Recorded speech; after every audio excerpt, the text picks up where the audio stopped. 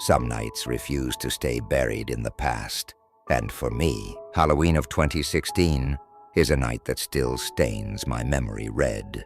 Back when I was 19, my friend Daniel Carter decided to throw a massive Halloween party at his uncle's countryside house outside Ravenwood, Ohio. The place was huge, old, and surrounded by dark woods that seemed to swallow the road the moment the sun went down. At first, everything felt normal for a Halloween night.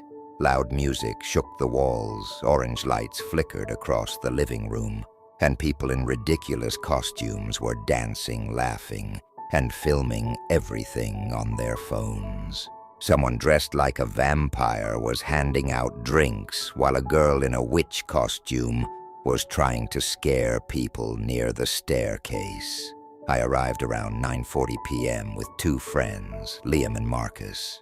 Daniel greeted us wearing a cheap clown mask and shouted over the music, "Tonight's gonna be legendary." For a while, it really was.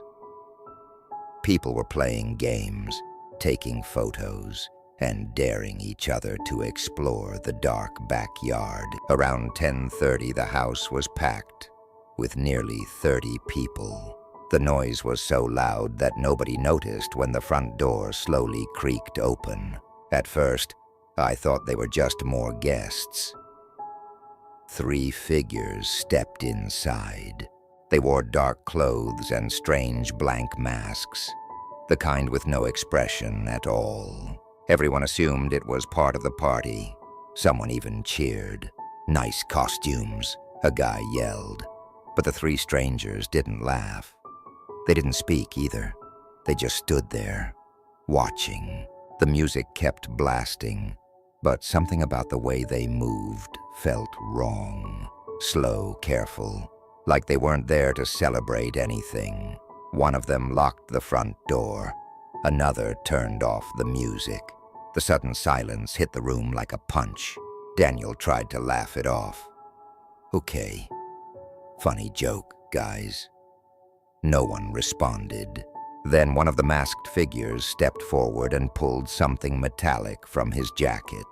The moment the light reflected off it, the room froze. It was a knife. At first, people thought it was fake. Halloween props were everywhere that night. Until the first scream broke through the silence. Panic exploded instantly. People pushed toward the back door, knocking over chairs and decorations. Someone fell down the staircase. Drinks shattered across the floor. The masked men moved through the crowd slowly, almost calmly, like they had done this before. I grabbed Liam's arm and pulled him toward the kitchen. "Back door!" I shouted. But when we reached it, it wouldn't open. Locked. Behind us, chaos filled the house, shouting, crying, furniture crashing. Marcus tried to smash a window with a chair. The glass cracked, but didn't break completely. And then we heard something that made my stomach drop. One of the attackers started laughing. It was low and distorted through the mask. By the time the police arrived, about 12 minutes later, the party was over. Lights flashing outside, ambulances everywhere, people sitting on the ground wrapped in blankets, shaking and crying. But the 3 masked strangers were already gone.